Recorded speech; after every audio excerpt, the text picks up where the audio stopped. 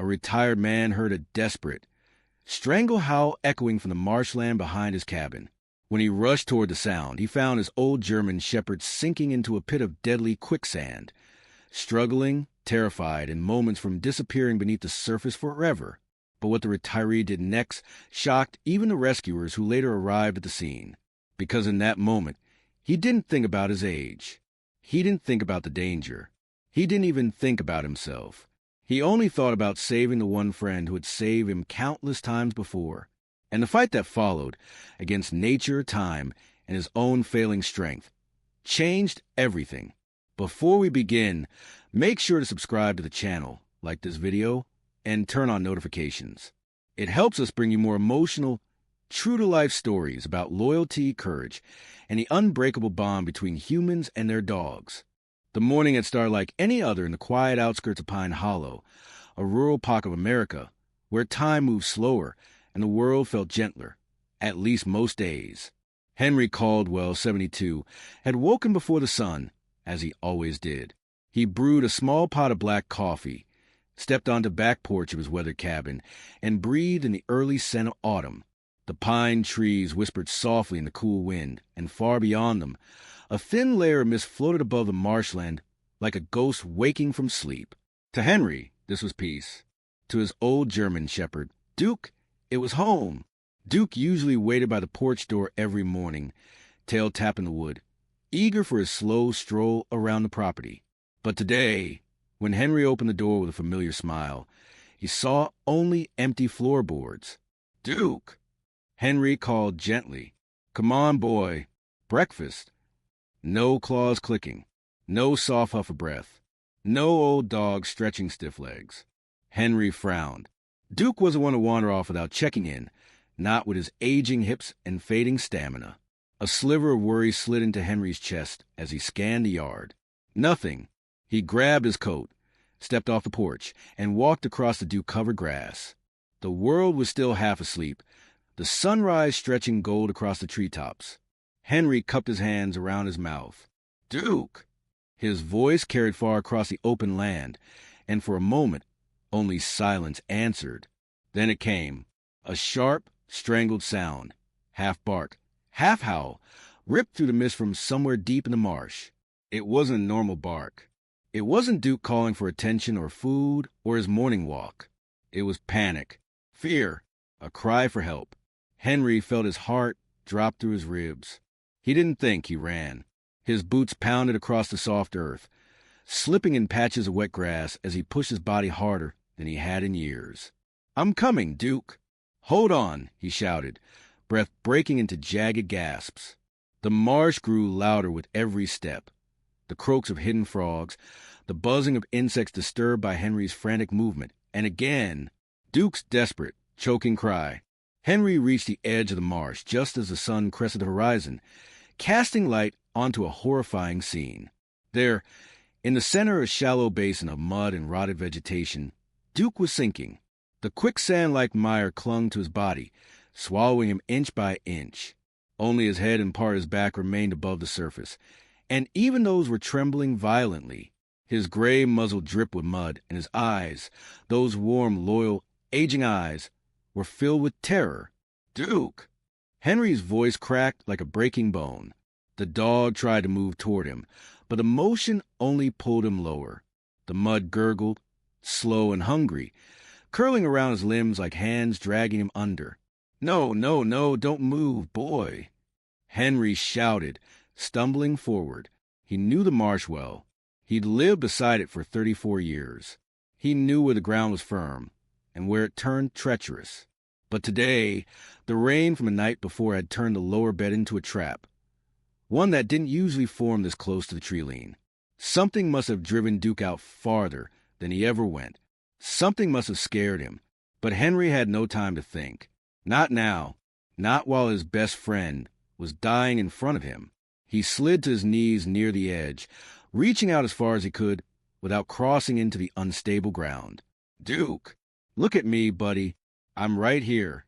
Duke's ears twitched weakly. He whimpered, eyes fixed on Henry like a drowning man staring at a lifeboat. Henry's arm trembled. He couldn't reach him, not even close. Damn it, he hissed, scanning the area. A thick fallen branch lay several feet away. He crawled to it, grabbed it with both hands, and dragged it across the mud until it was within reach of Duke. Grab it, boy. Bite it. Bite the branch. The old shepherd tried. He opened his jaw, teeth scraping the wood, but his strength was fading too quickly. His head dipped an inch lower. Henry felt panic ignite behind his ribs, sharp and suffocating. Stay with me, Duke. Don't you quit on me. Not today. The mud lurched again, pulling Duke down to his shoulders. A wet suction noise echoed through the marsh, awful and final. Henry's eyes burned. I'm coming to you, he whispered, more to himself than to the dog. He knew the danger. He knew the risks. He knew the marsh could just as easily swallow him. But he didn't stop. His bones ached, his joints resisted, his breath faltered, yet none of that mattered. Duke had saved Henry from his own dark places more times than he could count. After the death of Henry's wife, after the loneliness, after the nights when silence felt like a weight too heavy to carry, Duke had kept him alive. Now it was Henry's turn. He took one step into the mud, then another. The ground trembled beneath his weight. The suction was immediate, clinging to his boots, pulling warning. Henry didn't slow. I'm getting you out, old friend, he said, voice steady despite his breaking heart. I swear to God, I'm getting you out. Duke managed a faint whine, a mixture of fear and trust. Trust, so deep it cut Henry to the core. He reached toward the dog again, fingers brushing mud, creeping closer to fur. Almost there. Almost. Then the ground beneath Henry collapsed. Henry Caldwell felt the marsh give way beneath him with a violent shudder, as though the earth itself had taken a breath and decided to swallow him whole. His boots sank instantly, pulled downward by a cold, sucking force that wrapped around his ankles like tightening fists. Mud surged over the tops of his shoes, thick and icy, climbing higher with every heartbeat. But Henry didn't flinch, didn't hesitate, didn't think of himself at all. His eyes remained locked on Duke, the old German shepherd struggling in the deeper center of the mire. The dogs had bobbed weakly above the surface, his muzzle caked in dark sludge, his breathing shallow and desperate. Duke's eyes darted to Henry, terrified, pleading, but still trusting him completely. Hold on, boy, Henry panted, trying to free one leg from the suction. I'm coming, Duke. The mud clutched harder, as though sensing his determination. Henry planted his palms into the wet ground, trying to distribute his weight, crawling instead of walking. He knew the science. Enough life spent near marshlands had taught him that spreading out might buy him seconds. And seconds were everything. But the marsh had turned vicious under last night's storm. The consistency wasn't like loose mud. It was quicksand, layered with decomposed vegetation, with hidden roots that shifted like ghosts beneath the surface. Duke whined again, a sound laced with pain and surrender. No, Henry whispered, fiercely. Don't you dare give up on me. Not you. His throat burned, not from exertion, from terror. Duke had been his shadow, his confidant, his last piece of family. The idea of losing him felt like losing the last light in his life. Henry grabbed the long branch he dragged earlier. He pushed it toward Duke again, farther this time, stretching until the muscles in his shoulder screamed. Bite it, buddy. Bite the branch. Henry urged desperately. Duke opened his jaws, teeth sliding over the slippery wood. He clamped down, but too weakly. The mud pulled him again, dragging him deeper. The old shepherd coughed as sludge splashed into his mouth. Henry nearly cried out in anguish. This wasn't fast sinking. This was slow torture, the kind that turned seconds into hours and forced helplessness into the hearts of anyone watching. Henry repositioned his body, flattening himself onto the wet ground. The mud soaked through his clothes instantly, chilling him to the spine, but it gave him a little more reach, a little more control. He pushed the branch farther, this time wedging one end beneath Duke's chest. That's it. Let it help you float. Henry encouraged. For a moment, Duke's body rose half an inch, just enough to keep his snout above the mud. But the marsh shifted violently beneath them, reacting to the pressure. A ripple traveled outward, and Henry felt the ground weaken further under his torso. The suction grabbed his knees now. His pulse hammered. If he sank too deep, he wouldn't be able to help Duke. They would both disappear into the earth. "Stay calm," he whispered to himself, though his hands were trembling.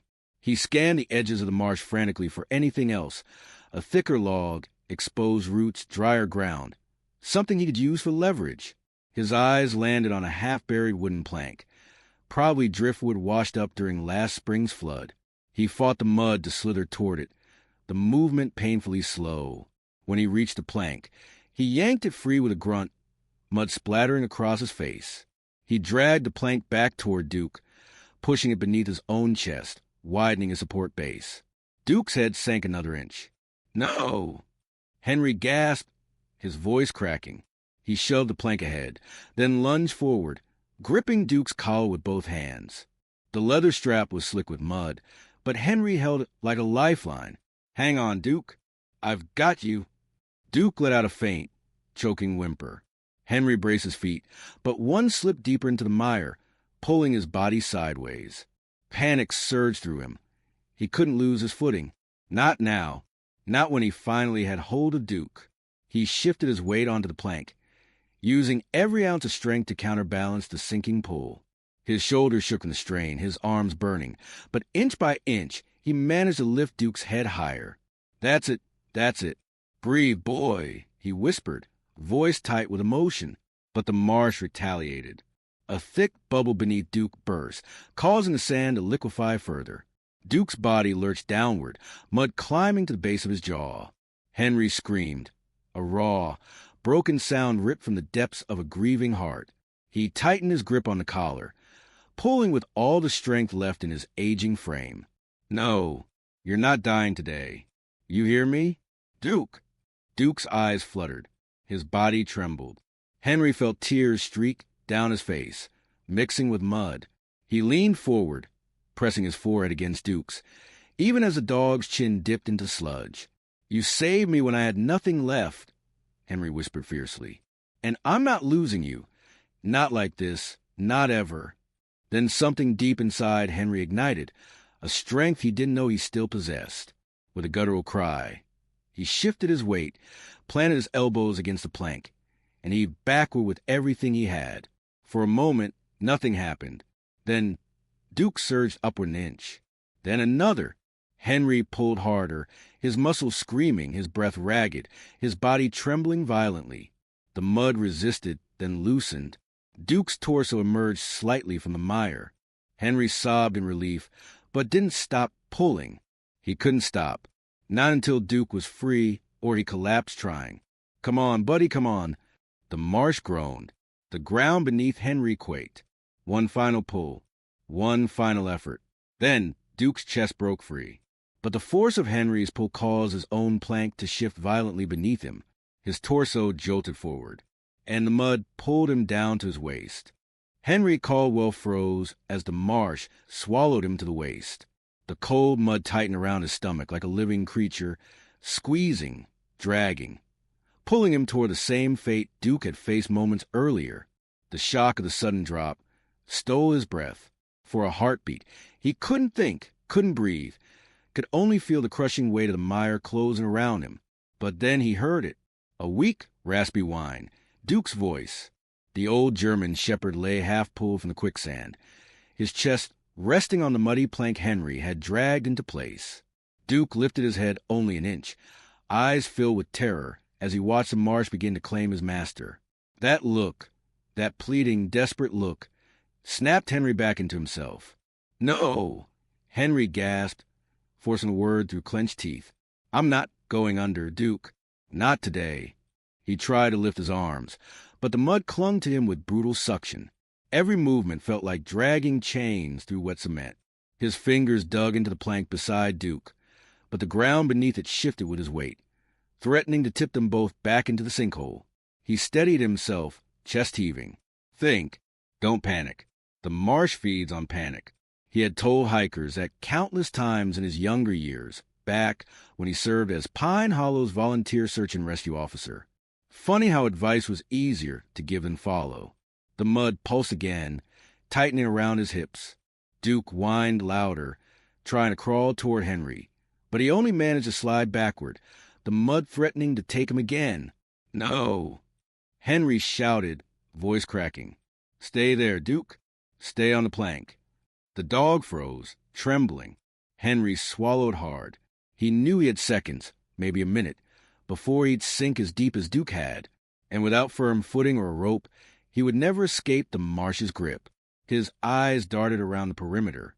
The mist was beginning to lift, revealing the tangled roots and cattails that lined the edge of the basin.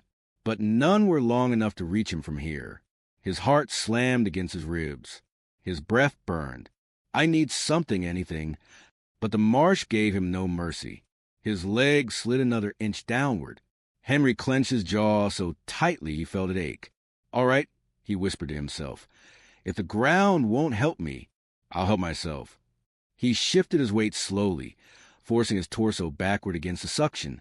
His abs and back muscles screamed in protest.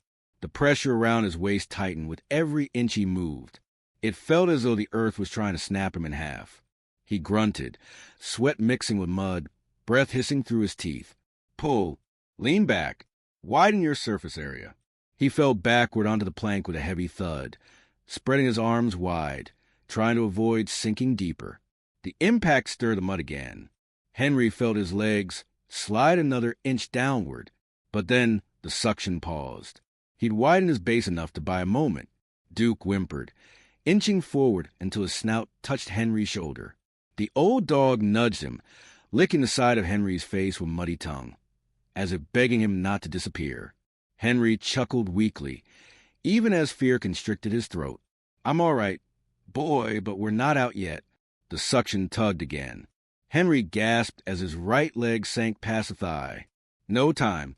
He grabbed the plank beside him and pulled it closer, positioning it under his back, though it dug into his spine, but it elevated him just enough. He used his elbows as anchors, forcing more of his upper body onto board, distributing his weight outward. It worked, barely. His legs stopped sinking. Duke rested his head on Henry's chest, breath warm but weak. The old dog was exhausted, trembling, wounded, and still fighting to stay alert. Henry stroked Duke's muddy cheek. You're stronger than both of us, you know that? Duke's tail twitched faintly. Henry needed leverage, something long enough to reach a patch of solid ground, something he could grab onto and pull himself free with. He scanned the edge of the marsh again, slower this time, with purpose. There, by the cattails, a thick, fallen branch, longer than the first one, curved like a natural hook. Duke, Henry whispered urgently, cupping the dog's face, I need you to stay here. Don't move. You hear me? Duke blinked once, obedience in its purest form. Henry extended his arm toward the branch, fingers stretching, tendons straining, his body shaking with effort. He was at least a foot too short. He clenched his teeth. Damn it, almost. He exhaled sharply, reached again, nothing. The suction tightened again. Henry felt his waist pulled downward another half-inch. A surge of panic swept through him. No, not now. He made one last desperate reach, twisting his body just enough to extend his fingers. He felt bark graze his fingertip. Come on, come on. He stretched until pain flared across his ribs. Then his fingers hooked around it. Henry gripped the branch, dragging it toward him with a guttural cry. The mud protested, but he pulled harder, planting part of the branch into the firmer soil at the marsh's edge. A lifeline. He looped one arm around it, anchoring himself. Okay, Duke, he whispered, breath trembling. I'm getting us out. He tightened his grip, braced the plank, and began the agonizing process of pulling his own body upward, inch by inch, fighting the earth itself. His legs screamed as they tore free from the suction. His hips burned as mud peeled away. And finally, his knees broke the surface. He collapsed onto the plank, shaking violently. Duke licked his cheek again, tail tapping weakly, relief washing through his tired frame. Henry wrapped an arm around the dog's neck and whispered, voice cracking, We're getting out of here. Boy, I promise. We're getting out. But just as he prepared to pull Duke the rest of the way free, a rumble echoed beneath them. The ground trembled. The marsh was shifting again. The rumble beneath Henry's body vibrated through the plank, like a warning from the earth itself. The marsh wasn't passive anymore. It was shifting, alive in a way that made Henry's skin crawl. Wet mud bubbled around the edges of the sinkhole, and the roots beneath him creaked as pressure redistributed across the basin. Duke sensed it too. The old German shepherd let out a low, broken growl, ears flattened, body trembling as the mud beneath his hind legs loosened again. His paws scrambled helplessly, trying to find traction where none existed. Henry tightened his hold on the branch he'd anchored into the ground. His muscles burned, his chest heaved, but he forced a calm whisper through clenched teeth. "Easy, boy, stay with me." He had managed to lift Duke's chest from the mire, but the dog's back half was still trapped, pinned by the suction of the earth. If the marsh destabilized any more, it could liquefy completely, a sudden collapse that would drag everything down without warning. Henry braced himself. "We move now." He slid his free arm underneath Duke's torso, feeling the old dog's ribs beneath his muddy fur. Duke whimpered softly but didn't struggle.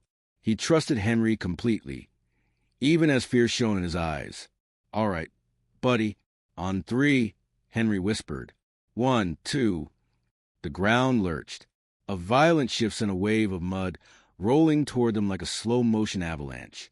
The plank tilted, the branch bent, and Henry felt the suction around Duke's legs tighten again, pulling him back toward the center of the sinkhole. "No, you don't," Henry roared, gripping Duke's torso with both hands and hauling upward. His entire body screamed. His back felt like it might snap. His shoulders burned like fire. His old age, every injury, every ache, came crashing into him, but he didn't let go. Duke clawed at the ground with his front paws, trying to help, but he was too weak. Henry did the work alone, lifting, heaving, dragging the dog inch by agonizing inch. Mud sloshed, roots snapped, the marsh groaned beneath them. "Come on, Duke, come on."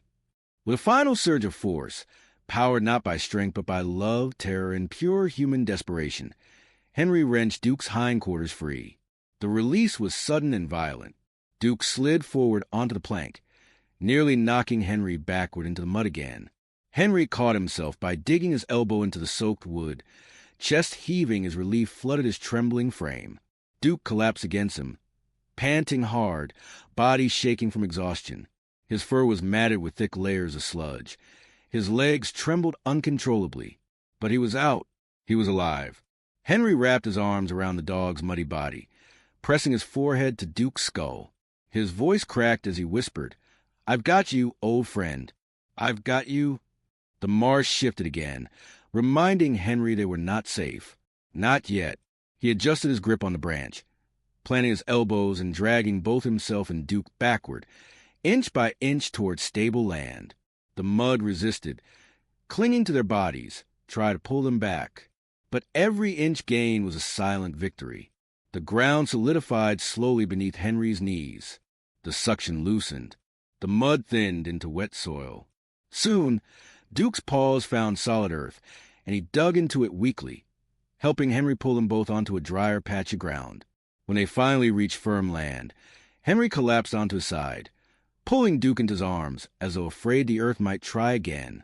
They lay there for several long moments, both shaking, both gasping for breath, both covered in mud and trembling but breathing.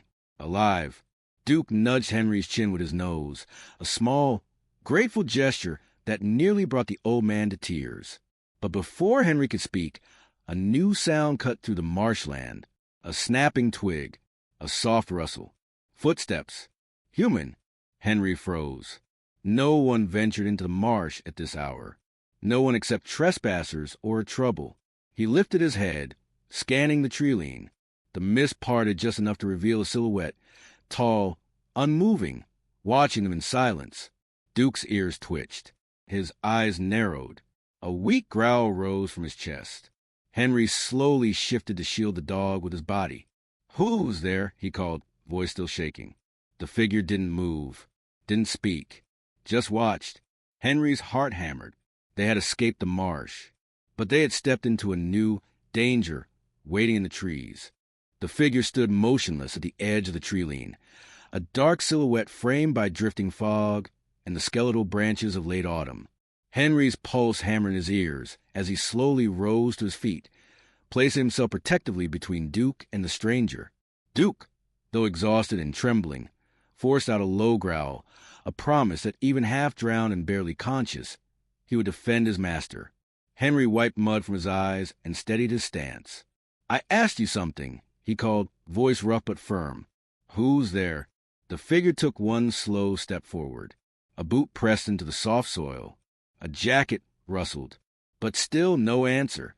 Henry's throat tightened. His mind raced through possibilities.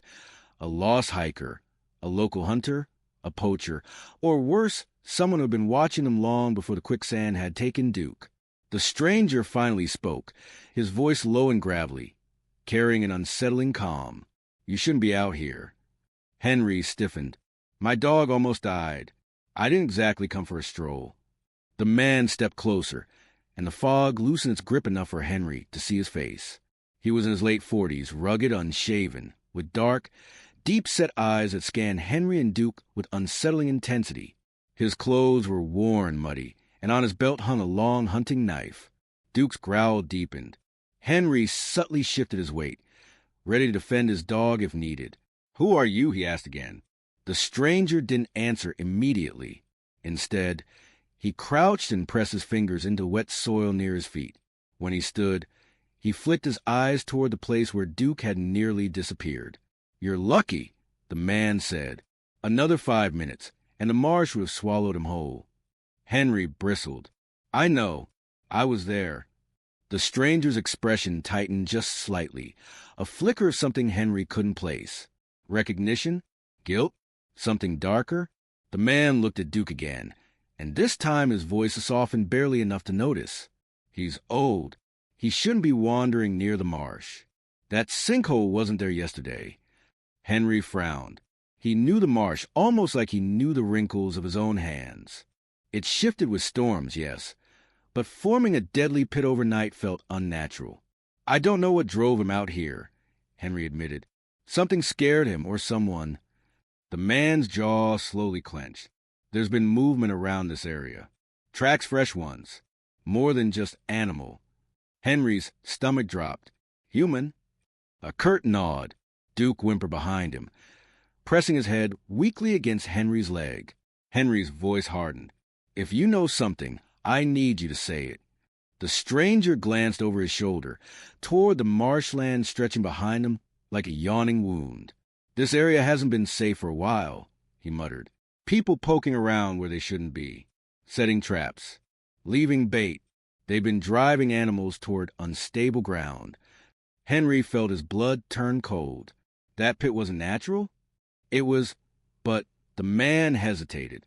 Someone tampered with the ground nearby, loosened the soil, created channels. They were trying to trap something big. Henry swallowed. "A deer!" "No." The stranger's gaze locked on Duke. "A predator." For a moment, Henry didn't understand. Then the implications hit him like a punch to the chest.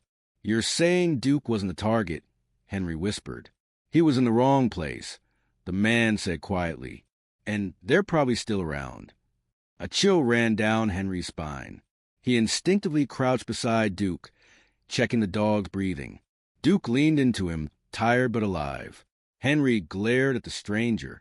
"Why are you telling me this? If someone did this, why are you here?" The man drew a long breath, eyes shadowed with something like regret. "Because I've been tracking the ones who set the trap. And because—" He paused, voice dropping lower. "Because I think they saw you." Henry froze. Duke's ears twitched despite his exhaustion. "Saw them?" The stranger continued. "Last night I heard a commotion. Footsteps. Voices. Someone was watching the marsh from the ridge. When your dog wandered too close, they rushed off. Not toward him. Away." Henry's hands curled into fists. "So they're running?" "No," the stranger said grimly. "They're circling." The fog thickened again, curling around the trees like warning smoke. Henry looked behind him, scanning the shadows, heart thundering. "What do they want?" The stranger hesitated long enough to make Henry's chest tighten. "That depends." "On what?" Henry snapped. on whether they think you saw what they were doing. Henry's breath caught. Duke lifted his head weakly, eyes glassy but alert. The stranger suddenly stepped closer, too close for comfort. "You need to get your dog home," he said, "and stay inside tonight. Lock your doors. Don't go out again." Henry squared his shoulders, anger flaring.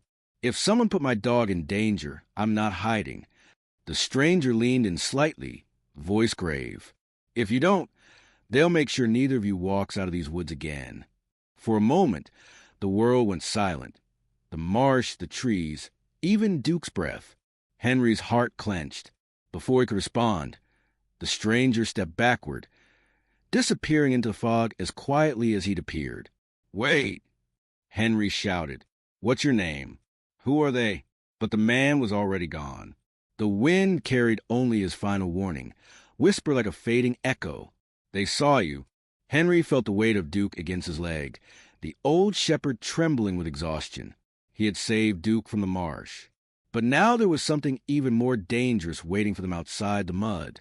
And it was human.